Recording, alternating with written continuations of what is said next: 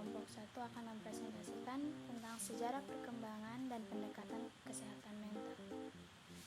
Yang pertama, pengertian kesehatan mental.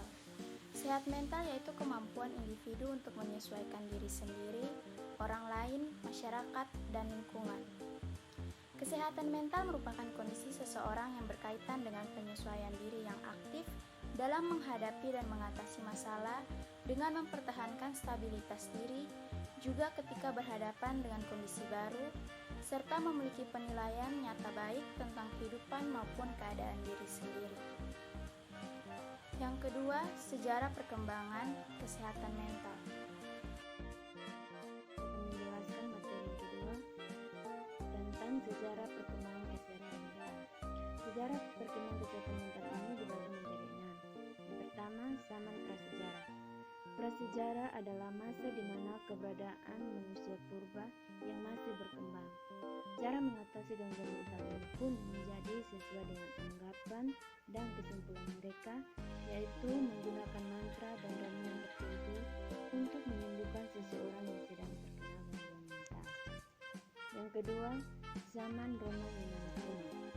Banyak cendekiawan atau para ahli yang bermunculan di masa ini, yaitu antara lain 2 orang ilmuwan terkemuka di Yunani, yang salah satunya telah turut berperan dalam mulai adanya pendekatan yang dilakukan secara rasional dan lebih manusiawi terhadap kondisi yang mengalami penyakit mental. Yang ketiga, zaman kegelapan. Satu kekurangan dari zaman para cendekiawan Yunani adalah bahwa pendekatan-pendekatan ilmiah yang dikemukakan para ahli waktu itu kurang memperhatikan aspek tahayul yang masih dipercaya banyak orang. Itulah sebabnya pada masa kegelapan ini berbagai ilmu demonologi kembali muncul. Jalan keluar melalui eksorsisme atau pengusiran setan kembali digunakan. Zaman pertengahan. Zaman ini berada pada kurun waktu antara 400 hingga 1500 SM, di mana pengaruh dari kalangan gereja dan Kristen mulai meluas. Terima kasih atas kesempatan yang diberikan kepada saya. Saya akan mempresentasikan bagian saya, yaitu yang pertama, zaman Renaissance. Masih ada lingkungan yang mendasari penyakit mental dengan pengobatan tahayul dan perlakuan yang tidak manusiawi pada zaman ini. Walaupun demikian, mulai ada beberapa ilmuwan yang memberikan pencerahan terhadap pasien gangguan mental. Yang berikut abad 17-20.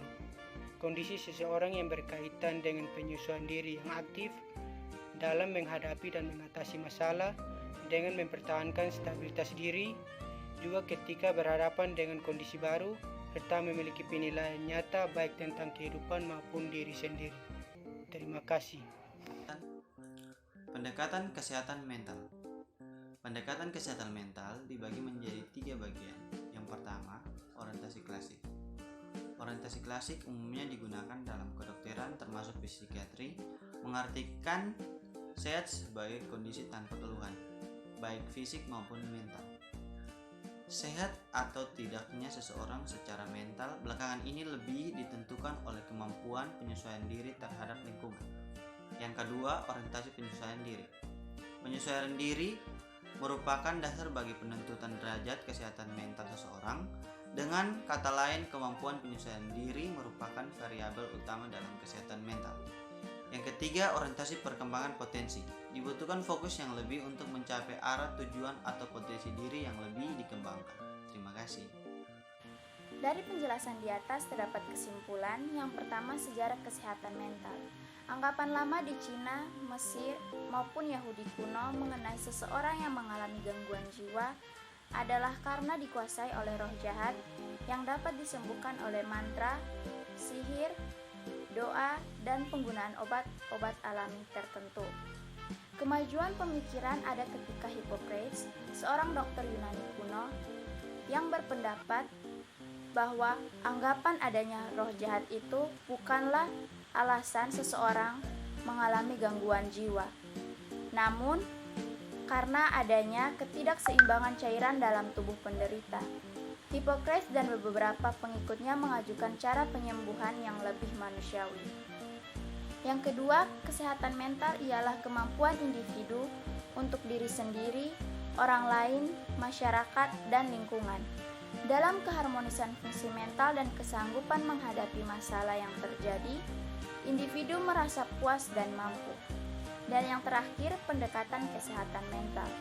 Dibutuhkan fokus yang lebih untuk mencapai arah tujuan atau potensi diri yang lebih dikembangkan. Juga adanya kesempatan yang diberikan oleh lingkungan pada individu, baik yang potensinya masih tersembunyi maupun yang sudah ditemukan. Sekian dari presentasi kami, terima kasih.